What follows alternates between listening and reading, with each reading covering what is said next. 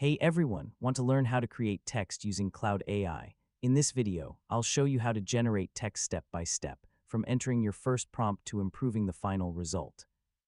Yeah, whether you need help writing ideas, creating content, or organizing information, Cloud AI can make the process much easier. First, open your web browser and go to the Cloud AI website. Sign in to your account and open the AI workspace or text generation tool.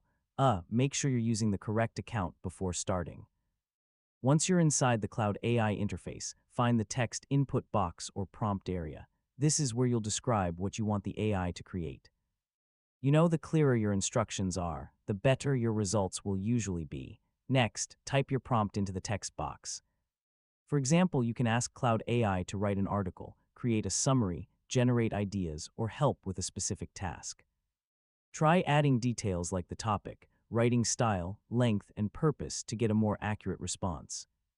After entering your prompt, click the Generate button and wait for Cloud AI to process your request. The AI will analyze your instructions and create a response based on the information you provided. Once the text is generated, review the result carefully. If you want changes, you can adjust your prompt and ask Cloud AI to make it shorter, longer, more detailed, or written in a different style.